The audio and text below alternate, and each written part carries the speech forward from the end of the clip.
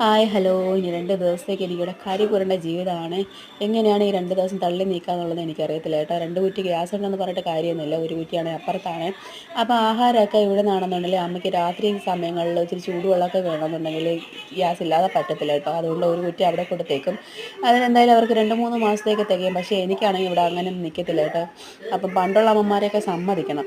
എങ്ങനെയാണാവോ ഈ 3 നേരം ആഹാരമൊക്കെ അടുപ്പ് വെച്ചുണ്ടാക്കിയെന്നുള്ള കാര്യങ്ങൾ അറിയാൻ വയ്യ കേട്ടോ.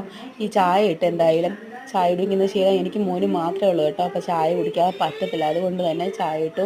കരിക്കലം എങ്ങനെ വൃത്തിയാക്കി എടുക്കുമെന്ന് എനിക്കറിയത്തില്ല. എന്തായാലും തേച്ച് വൃത്തിയാക്കിയാലേ പറ്റത്തുള്ളൂ. മാത്രമല്ല ഈ വലിയ ഗ്ലാസ്സിലുള്ള ചായ എനിക്കും ചില്ല് ഗ്ലാസ്സിലുള്ള ചായ എൻ്റെ മോനും മാത്രമാണ്. ഞങ്ങൾ 2 പേരും മാത്രമാണ് ഇവിടെ ചായ കുടിക്കുന്നത്. എന്തായാലും ഇത് ഒഴിച്ചു മോനും കൊണ്ട് കൊടുക്കുകയാണ്. അപ്പം താഴെയൊക്കെ ആൾക്കാരൊക്കെ ഇങ്ങനെ കിടക്കും. നമ്മൾ വേണം നോക്കി നടക്കാൻ. എന്തായാലും മോന് ചായ കൊടുത്തു. അടുത്ത് എൻ്റെ ചായ ഞാൻ സമാധാനമായിട്ടിരുന്ന് കുടിക്കട്ടെ. ബാക്കിയുള്ള കാര്യങ്ങൾ പിന്നീട്.